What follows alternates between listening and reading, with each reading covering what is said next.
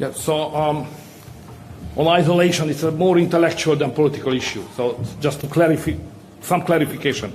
So if you have an opinion and you are alone and 26 has a different opinion, it's not isolation. It's a discussion. That's democracy, and that's exactly how the Hungarian democracy was born.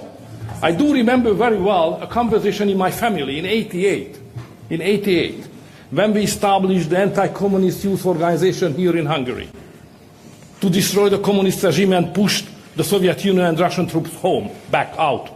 I do remember '88. So everybody said, guys, you are crazy. Even in my family.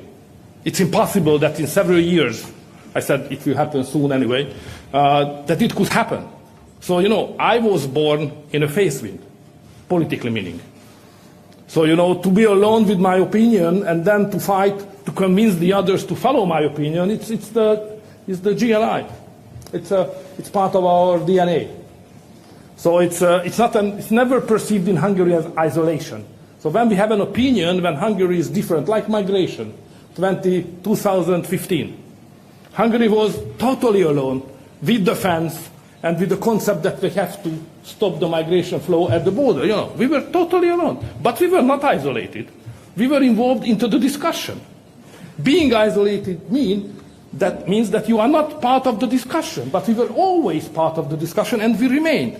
And you know, we always fought to convince the others that, look, we have some arguments which should be more considered than you have done up to now. So this is how we understand democracy and how we understand isolation. It's two different things. On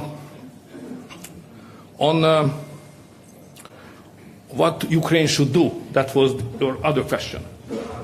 It's not my job to answer to that question. Ukraine is a sovereign country. Hungary is a sovereign country. What Ukraine will do, it's exclusively belonging to the Ukrainians.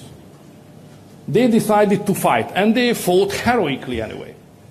It's their decision to continue or not.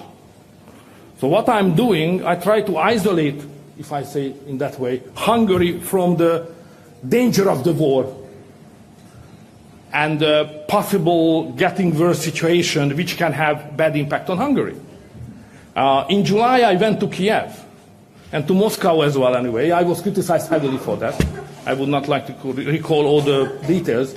But what I have done in Ukraine, not to convince the Ukrainians to do something. I just tried to explain to the president that, please, my friend, the time is not on your side. And I'm ready to help you to create somehow a ceasefire, and then later on, a bearable peace. I was rejected because the president said that, Viktor, this is not my point. My point is, as president of Ukraine, that the time is on our side. I said, thank you, President, I can't do more. So what I have done after that, realizing that neither of the warring parties is ready to make a ceasefire, and both of them are convinced that the time is on their side, I continue my efforts to organize a kind of international climate, as broad as possible, to create a pro-peace climate around the war, and then to influence the warring parties that sooner or later they have to have a ceasefire and then some negotiations, and to restore communication. So that's what I have done. I would never dare to say what should be done to the Ukrainians. Their country, their future, their lives, sovereign country. But I am ready to have them as many times as I did, because the neighboring country fought heroically, and they deserve a better future than as it looked like just now. Thank you. Thank you, Prime Minister. We will wrap up here the press conference, and would invite the President and the Prime Minister for a joint photo for the press.